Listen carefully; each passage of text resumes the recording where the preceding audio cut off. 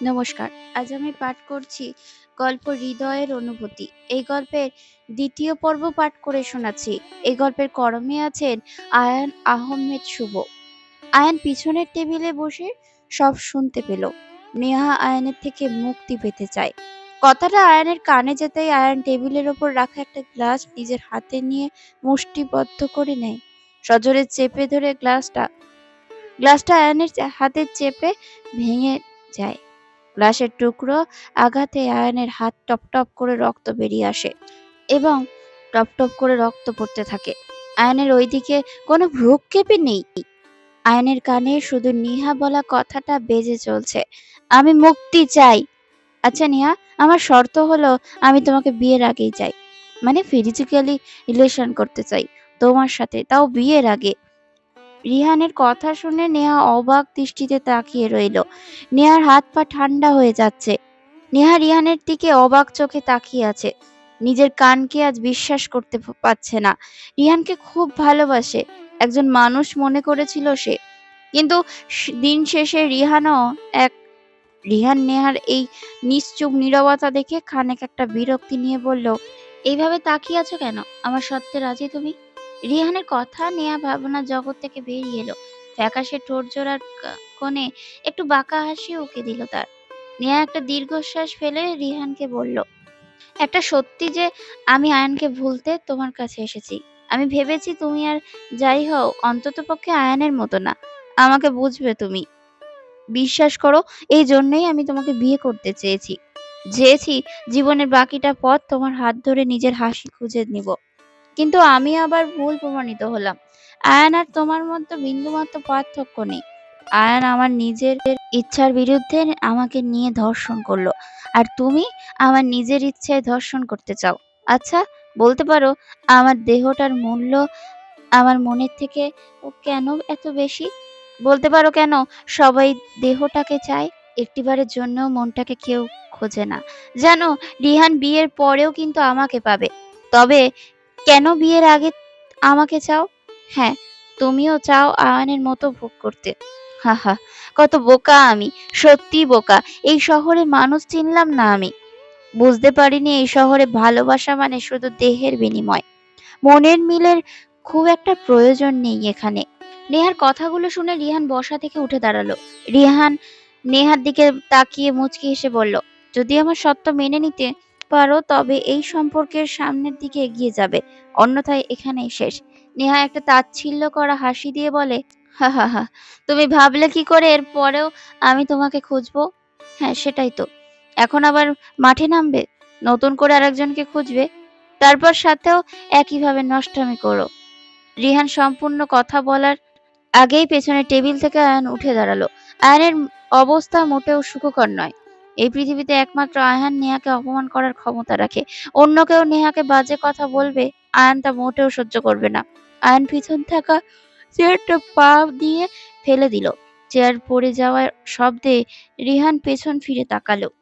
আয়ান নিজের মুখের ওপর থাকা ব্লেজারটা খুলে ফেলে দিল আর রিহানের ওপর হামলা বসালো। নেহা ভীষণ রকম চমকে ওঠে আয়ানকে দেখে। সে কখনো ভাবেনি আয়ান এখানে চলে আসবে। যাই হোক, আয়ান এখানে শার্টের কলার চেপে ধরে, চিৎকার করে বলতে লাগলো, এতক্ষণ ধরে তোর কথাগুলো সহ্য করছি, কিন্তু আর না। নেহাকে নিয়ে বাজে কথা বলার অধিকার তোকে কে দিয়েছে? ওকে ছোট করে কথা বলে তুই ভুল করে ফেলেছিস। আয়ান রিহানের গায়ে হাত তুললো, ইচ্ছে মতো মারতে লাগলো। যত তার ওপর রাগ ছিল সব ওর ওপর শোধ তুলল।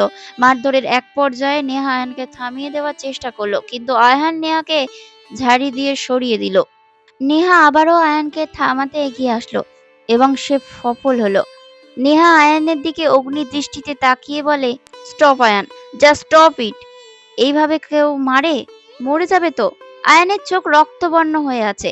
আয়ান নেহার চোখ বরাবর তাকিয়ে বলে, চুপ, একদম চুপ। যেই ছেলে তোকে বারবার অপমান করে, তোকে বাজে কথা বলে, তার প্রতি তুই এত সহৃদয় কেন? কেন এত কিছু হয়ে যাওয়ার পরও তুই রেহানের প্রতি আছিস? ওর মতো একটা নীচ। চুপ করে যাও। আয়ান, কাকে নীচ বলছো তুমি? রিহানকে। ওর আর তোমার মধ্যে বিন্দু পার্থক্য নেই। তুমি যা যা করেছো ও তাই তাই চায়। নিজেও যদি রিহান হয় তবে তুমিও তাই। হ্যাঁ, আমি নিজ। কিন্তু কেন নিজ তা কি জানিস?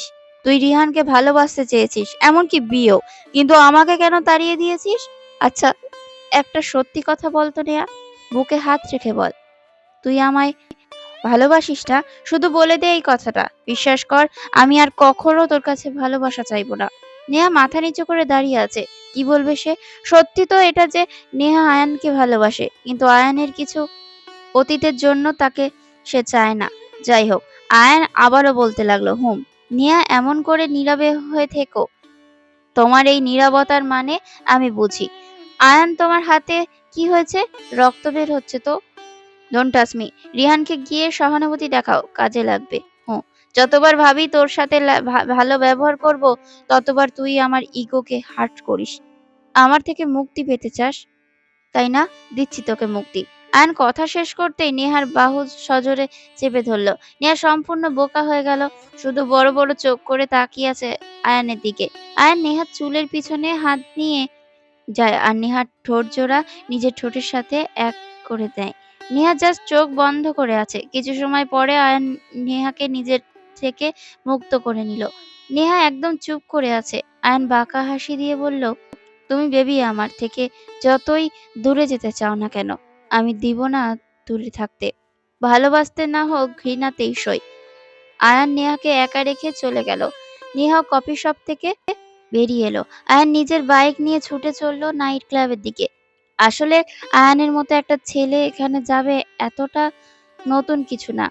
আয়ান বাইক চালাচ্ছে আর রাজ পিছনে বসে আছে। কিছু দূর যেতেই আচমকা আয়ানের বাইকটা হার্ট ব্রেক করে। আয়ান বাইকটা থামিয়ে ছলছল চোখে একটা বিকট চিৎকার করে উঠল, আয়ান! আয়ান বাইকটা থামিয়ে ছলছল চোখে একটা বিকট চিৎকার করে উঠল। আয়ান দেখতে পেল রাস্তার এক পাশে তার বাবা পড়ে আছে। আয়ান মোটেও এমন দৃশ্য দেখার জন্য প্রস্তুত ছিল না। আয়ান তার বাবার এমন পরিস্থিতি দেখে নিজেকে সামলাতে পারল না। আয়ান দৌড়ে চলে আসে তার বাবার কাছে। আয়ানের বাবা অফিস থেকে ফেরার পথে অ্যাক্সিডেন্ট করেছে।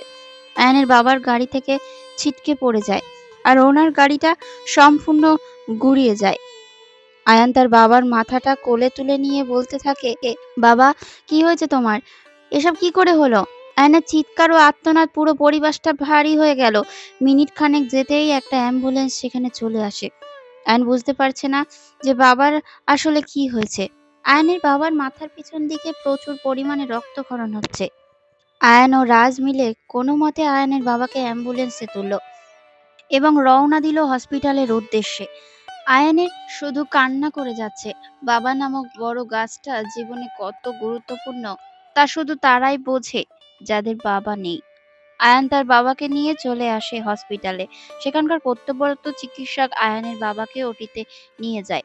আয়ানের বাইরে অপেক্ষা করছে একটা ভালো খবরের জন্য। নেহা কফি শপ থেকে বেরিয়ে রিকশায় বাসায় যাবে বলে উঠল। রিকশা আপন গতিতে চলছে। নেহা আনমনে আয়ানের কথা কল্পনা করছে। আচ্ছা, আয়ান যদি আমায় না ভালোবাসতো তাহলে আমাকে নিয়ে কেউ বাজে কথা বললে ওর কষ্ট হয় কেন? আয়ানের দুর্বলতা যদি মেয়েদের প্রতি হয় তাহলে এত অপমান করার পরেও কেন আমার পেছনে আসে? আয়ানের উদ্দেশ্য যদি মেয়েদের শরীর ভোগ করাই হয় তবে সে কেন আমাকে ভোগ করার পেছনে পড়ে আছে? সত্যি মাথা কাজ করছে না আমার। এই ছেলেটা কি চায়? ওর বলা প্রতি কথার মাঝে কোনো নিঃস্বার্থ ভালোবাসা থাকবে যেখানে আয়ান আমার সম্মান নষ্ট করেছে। ওর প্রতিটা স্পর্শ আমাকে কেন ব্যাকুল করে তোলে? আমি কেন আয়ানের কষ্ট নিজে অনুভব করি? তবে কি আমি ওকে এখনো ভালোবাসি? না, আর কিছু ভাবা যায় না। আয়ান আমাকে যদি ভালোই বাসতো তবে আমার কষ্টটা বুঝতো। সম্মান নিয়ে খেলতো না কখনো। আমার প্রতি ওর ভালোবাসার নির্মম নির্যাতন আমাকে ভাবিয়ে তোলে বারবার। রিকশায় বাসার সামনে চলে এলো। আমি রিকশা থেকে নেমেই বাসায় চলে আসি। রুমে এসে দেখি বাবা-মা বসে আছে সোফায়। হয়তো কোনো বিষয় নিয়ে আলোচনা করছে। আমি তাদের এড়িয়ে নিজের রুমের দিকে এগোতেই পিছন থেকে মা বলল, নেহা, এদিকে আয়, কিছু কথা আছে তোর সাথে। আমি পেছন ফিরে কৌতূহল নিয়ে বললাম, কি কথা মা? এখানে আয় আগে। বাধ্য মেয়ের মতো চলে যাই মায়ের কাছে। মা আমাকে সরাসরি কোনোদিনও প্রশ্ন করেনি। তবে আজ মায়ের চোখে এক অজানা ভয় দেখতে পাচ্ছি আমি। আমি মাকে বললাম, হ্যাঁ মা, বলো।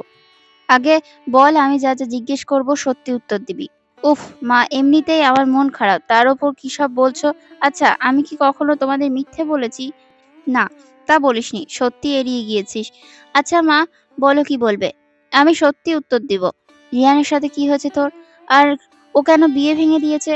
সেটা আমি কি করে বলবো? হয়তো আমাকে পছন্দ হয়নি ওর, তাই ভেঙে দিয়েছে। আমার কথা শেষ হওয়ার আগেই মা সোফা থেকে উঠে গালে কষিয়ে এক থাপ্পড় মারল। থাপ্পড়ের শব্দে পুরো রুমটা কেঁপে গেল। মা ছল ছল চোখে বলতে লাগলো, এই দিনটা দেখার জন্য বেঁচেছিলাম। আজ তোর জন্য বাবার মান সম্মান নষ্ট হলো। ছি, একটা নির্লজ্জ মেয়ের মতো তুই কিনা অন্য ছেলেদের। মাকে থামিয়ে দিলাম আমি। কাকে নির্লজ্জ বলছো মা? আমাকে? আমার জন্য বাবা মার মান সম্মান নষ্ট হয়েছে? এই বিয়েটা হলো সব ঠিক হয়ে যেত। যে ছেলের বিয়ের আগে আমাকে চায়, আমার সম্মান নষ্ট করতে চায়, আমাকে ভোগ করতে চায়, আমাকে বাজারের মেয়েদের সাথে তুলনা করে, তাকে আমি বিয়ে করব? এতে কি করে তুমি ভাবলে সম্মান বেড়ে যাবে? এই বিয়ে ভেঙে গেছে বলে বাবার সম্মান চলে গেছে।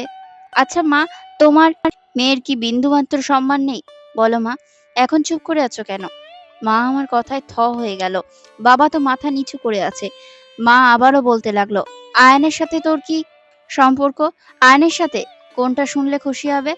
আমি আয়নকে ভালোবাসি। আর আমি মরে গেলেও হয়তো আয়নকেই ভালোবাসবো। কেন জানো মা? একটা নির্লজ্জ, খারাপ চরিত্রের মানুষ ও বড়লোক বাবার বকাটে ছেলে। তবুও ওর ওর চোখে আমার জন্য ভালোবাসা দেখেছি। হ্যাঁ, আমিও ওকে ভালোবাসি। আয়ান আমাকে জোর করে পেতে চেয়েছে। আয়ান আমাকে নিজের ইচ্ছের বিরুদ্ধে গিয়ে ওর ইচ্ছে পূরণ করতে বাধ্য করেছে। রেপ করেছে আমাকে। নেহার কথা শুনে সবাই ভীষণ চমকে ওঠে। এ কি বলছে নেহা? নিজের সব কথা নির্ভয়ে প্রকাশ করছে কি করে? নেহার কথাগুলো শুনে নেহার মা দাঁড়ানো অবস্থা থেকে সোফার ওপর ধপাস করে বসে পড়ল। নেহার কথাগুলো যে তার বুকে গিয়ে আঘাত করছে তা এড়ানো দায়। নেহা একটা থেমে আবারও বলতে লাগলো, মা, আয়ান আমার সাথে যা করেছে তারপর ওকে ভালোবাসি কথাটা হাস্যকর হলেও সত্যি। বিশ্বাস করো মা, আমার জায়গায় অন্য কেউ হলে আয়ানকে ঘৃণা করত। আমিও ঘৃণা করি আয়ানকে, কিন্তু ওর প্রতি যে পরিমাণ ঘৃণা আমার মনের মধ্যে আছে তাকে ছাপিয়ে গেছে ওর ভালোবাসা। আমি ধর্ষণের শিকার এটা জানার পর রিহান আমার সুযোগ নিতে চেয়েছে। এই জন্যই আমি নিজে বিয়ে ভেঙে দিয়েছি। নেহা আবারও থেমে গেল। পুরো ঘরটা নিস্তব্ধ হয়ে আছে। সকালে নীরব। এই নীরবতা জানান দিচ্ছে নেহার বাবা মাকে তার মেয়ে এই সমাজের কাছে এখন শুধুমাত্র অবহেলার পাত্রী। জানান দিচ্ছে এই বাহিরের কারোর কাছে প্রকাশ করলে হারাতে হবে তাদের সম্মান। তাদের মেয়ে ধর্ষিতা। এটা শোনার পরে আশেপাশের লোকজন মজা নিতে আসবে। সারা সমাজে মুখ লুকিয়ে থাকতে হবে। সবাই আঙুল তুলবে তার মেয়ের দিকে। নেহার বাবা কিছু বলার ভাষা পেল না। হয়তো কিছুটা বাধ্য হয়ে উনি বললেন, নেহা দেখ মা, যা হওয়ার তো হয়েছে। আমরা চাইলেও তা বদলাতে পারবো না। তোর সম্মানে একটা সুন্দর জীবন আছে। আমরা তোর বাবা মা। সব দিক চিন্তা করে আমরা একটা সিদ্ধান্ত নিয়েছি, তোর আর আয়ানের বিয়ে। না বাবা, আমি আয়ানকে ভালোবাসি ঠিক, তবে ওকে আর পেতে চাই না। কিসব পাগলের মতো বলছিস তুই? আয়ান তোর সাথে যা যা করেছে তারপর তোকে কে মেনে নিবে? আমি কাউকে আর চাই না। নিজের মতো করে বাঁচতে চাই, নিজের একটা পরিচয় করতে চাই। আয়ানের সাথে বিয়ে করা মানে ওর জেদ পূরণ করা। আয়ান এটাই চেয়েছে, আমি যেন ওকে বিয়ে করি। আর এই জন্যই এত বড় একটা কাজ করতে দুবার ভাবে নাই। কিন্তু আমি ওর এই ইচ্ছে পূরণ করতে দিব না। আর আমি নিজেকে প্রতিষ্ঠিত করব। দেখিয়ে দেব ওকে আমি ওকে ছাড়া অচল না। কিন্তু মা, এই সমাজে তোকে নিচু ভাববে, তোকে নিয়ে আজ বাজে কথা বলবে, তাই বলছিলাম। হা হা হা হা হা হা। সমাজ, সমাজ তো পড়ে। আমি তো তোমাদের চোখের তো ছোট হয়ে গেছি। আমি আয়ানকে বিয়ে করে নিলে আয়ান ভাববে আমি ওকে মেনে নিয়েছি, বাধ্য হয়ে ওর কাছে গিয়েছি। প্রতিনিয়ত এটাই মেনে নিতে হবে আমায়। এটা প্রমাণিত হয়ে যাবে নারীরা দুর্বল এবং তার শরীরে। না বাবা, আমি পারবো না। আমি প্রমাণ করে দিব নারীরা কোনো দুর্বলতা নেই। আমি প্রমাণ করে দিব আয়ান ছাড়াও আমি নিজেকে একা সামলে নিতে পারি। শুধু তোমাদের একটু সাহায্য চাই। পারবে আমায় সাহায্য করতে তোমরা? নেহার কথায় যুক্তি তার বাবা মা খানিকটা বাধ্য হয়ে রাজি হয় নেহার কথা মেনে নিতে। নেহার মা নেহাকে বলে, কি সাহায্য চাই তুই? বল, তোর ইচ্ছে অনুযায়ী সব হবে। আমি এই দেশে থাকতে চাই না। নতুন শহরে নতুন করে বাঁচতে চাই। আয়ানকে ভুলে যেতে চাই। এমন এক শহরে যেতে চাই যেখানে আয়ানের ছায়াটাও আমাকে ছুঁতে পারবে না। ঠিক আছে, আমায় কিছুদিন সময় দে, আমি ব্যবস্থা করছি। না বাবা, সময় দেওয়া যাবে না। আমি আর আয়ানের মায়ায় নিজেকে জড়াতে চাই না। ও থাকুক ওর মতো করে অন্য কারোর সাথে। আমি না হয় দূর থেকে ওর মঙ্গল কামনা করব। আমি কথাটা শেষ করে নিজের রুমে চলে আসি। কেন জানি আজ আয়ানের জন্য ভীষণ কষ্ট হচ্ছে। আয়ানকে ছাড়া চলে যাব অনেক দূরে। যেখান থেকে আয়ান আমার খুঁজে পাবে না। আয়ানকে আর কখনো দেখতে পাবো না। এই কথাটা বলা যতটা সহজ, মন থেকে মেনে নেওয়া ততটা কঠিন। বুকের ভিতরটা মুচড়ে উঠছে বারবার। এই ভেবে, কেন আয়ান তুই অন্য কারোর হয়ে যাবি? কেন আজ আমি তোকে ভালোবাসার পরেও নিজে থেকে দূরে চলে যেতে চাচ্ছি? একটা বার তুই আমার মতো করে হতে পারলি না কেন? কেন তুই আমার হৃদয়টাকে বারবার আঘাত করে রক্তাক্ত করেছিস? কেন আজ ভালোবেসে আমি ভালো নেই? কথাগুলো বলতে বলতে নেহা কাঁদছে। আর কয়েকদিন তারপর ইচ্ছে থাকলেও আর কখনো আয়ানকে দেখা যাবে না। দীর্ঘ সময় অপেক্ষা করার পরে ওটি থেকে আয়ানের বাবাকে কেবিনে শিফট করা হলো। আয়ানের মা হসপিটালে এসে কান্না করে যাচ্ছে। আয়ান তার মাকে সান্ত্বনা দিবে কি করে তা জানে না। অপারেশন শেষে আয়ান ডাক্তারের সাথে কথা বলছে। ডক্টর, আমার বাবা ঠিক আছে তো? এই ভেবে ভেঙে পড়ছেন। কেন? উনি একদম ফিট আছে। ভয়ের কোনো কারণ নেই। আসলে উনি সবসময় খুব টেনশনে থাকে। এইজন্য ছোট্ট একটা হার্ট অ্যাটাক হয়েছে। আর উনি যখন ড্রাইভ করছিল তখন হাওয়াতেও অ্যাক্সিডেন্ট হয়েছে। আপনি তো তার ছেলে। ওনার খেয়াল রাখুন। জি, ধন্যবাদ। ডক্টরের কথায় আয়ান প্রাণ ফিরে পেল। ছলছল চোখ, মলিন মুখে হঠাৎ করে একটু হাসি উকি দিল। হুম, বাবা ঠিক আছে। আয়ান দৌড়ে চলে যায় তার বাবার কাছে। নিজের জীবনের সবথেকে বেশি যদি আয়ান কাউকে ভালোবাসে তবে সে হলো তার বাবা। আয়ান তার বাবার কাছে যেতেই তার বাবা তাকে বলল, এই ফাজিল ছেলে এখানে আয়। এখনো বাচ্চা রয়ে গেলি তুই। কাঁদছিস কেন? বাবাকে জড়িয়ে ধরে আয়ান, এখন কেমন আছো? আমি ভালো আছি। এই আর কি। নিজে ড্রাইভ করতে গিয়ে আঘাত লেগেছে। তুমি আর কখনো ড্রাইভ করবে না। ড্রাইভার চালাবে আর তুমি পেছনে বসে যাবে। হ্যাঁ, তা ঠিক বলেছিস। তবুও আমাকে রিটায়ার দিবি না? এই বিজনেস প্রেশার আমি আর একা সামলাতে পারছি না। বয়স হয়েছে আমার। এইবার তো আমায় রেহাই দে। আগে তুমি ঠিক হয়ে যাও, তারপর আমরা দুজন মিলে বিজনেস সামলাবো। ওকে। হোম। দুদিন পর হাসপাতাল থেকে বাবা ছাড়া পেল। বাবাকে নিয়ে আমি বাড়িতে চলে আসি। বাবা এখন মোটামুটি সুস্থ। বাসায় এসে বাবাকে তার রুমে নিয়ে যাই আমি। বাবা আমাকে উদ্দেশ্য করে বলে, কাল থেকে আমার সাথে তুই অফিসে যাবি। কাল থেকে? বাবা, আমি তোমার পরিচয়ে না নিজের পরিচয় বাঁচতে চাই। ভালো কথা। আমার অফিসে চাকরি কর। এমডি হয়ে জয়েন কর। আর তোর এমডি হওয়ার সম্পূর্ণ যোগ্যতা আছে। ওকে, ঠিক আছে কিন্তু। কিন্তু কি? না বাবা, কিছুই না। এমনি। আচ্ছা, আমি এখন আসি। আয়ান তাড়াতাড়ি তার বাবার রুম থেকে বেরিয়ে গেল। আজ মুখ ফসকে নেহার নাম বেরিয়ে যাওয়ার উপক্রম হয়েছিল। তবে আয়ান বলেনি। আয়ান নিজের রুমে এসে ভাবতে লাগলো নেহার কথা। কি মেয়ে, দুদিন ধরে আমাকে না দেখে থাকতে পারলো কি করে? একটা কলও করলো না। কি সেলফিশ মানুষ। আমি কত বড় বোকা। এত কিছু হয়ে যাবার পর নেহা নিজে থেকে আমার খবর নিবে তা কেমন করে আশা করি আমি? সত্যি আমি ওই দিন একদম ঠিক করিনি। জেদ চেপে গিয়েছিল আমার। রিহানের সাথে ওকে কখনো মেনে নিতে হবে আমি ভাবিনি।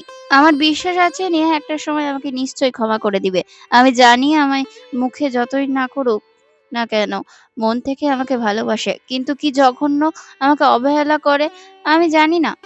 আনমনে কথাগুলো বলে আয়ান। নিজের ফোন থেকে নেহার কয়েকটা পিক দেখে সে। তাদের একসাথে কাটানো মুহূর্ত তোলা কিছু ছবি। আনমনে ছবিগুলো দেখতে দেখতে আয়ান বিড়বিড় করে বলে উঠল, এত সুন্দরী কেন তুমি? চাইলেও তোমাকে ভুলে থাকতে পারি না কেন? একটু মন নরম করে আমাকে ভালোবেসে দেখো, সারাটা জীবন আগলে রাখবো। কিন্তু তুমি তো ভালোই থাকবে দিবে না আমায়। অভিমানী মেয়ে একটা। ছবিগুলো দেখার পর রাজকে কল করলো। হ্যালো, এ রাজ, কি খবর তোর? এই তো মামা আছি। তোর কি খবর? আমার আর খবর। আচ্ছা, নেহা কি ভার্সিটি রোড আসে না তো? গত 2 দিন আমি ওকে দেখি নাই। ও, বুঝতে পেরেছি। মেম রাগ করেছে। ওনার বাসায় যেতে হবে। কি দরকার আয়ান? থাকতে দে না ওকে ওর মতো। একদমই না। এখন ওর বাসায় যাব। ওর সাথে কথা বলবো। আর ওকে একটা সুসংবাদ দিব। আয়ান, এত অপমান অবহেলার পরেও কেন বারবার যাস? সেটা তুই বুঝবি না রে। আয়ান ফ্রেশ হয়ে বাইক নিয়ে বেরিয়ে পড়ে নেহার বাড়ির উদ্দেশ্যে। নেহার বাসার সামনে যেতেই ভীষণ অবাক হয়ে যায়। আয়ান দেখতে পায় নেহার। আজ এই পর্যন্তই থাক। ফিরে আসবো পরের পর্বে।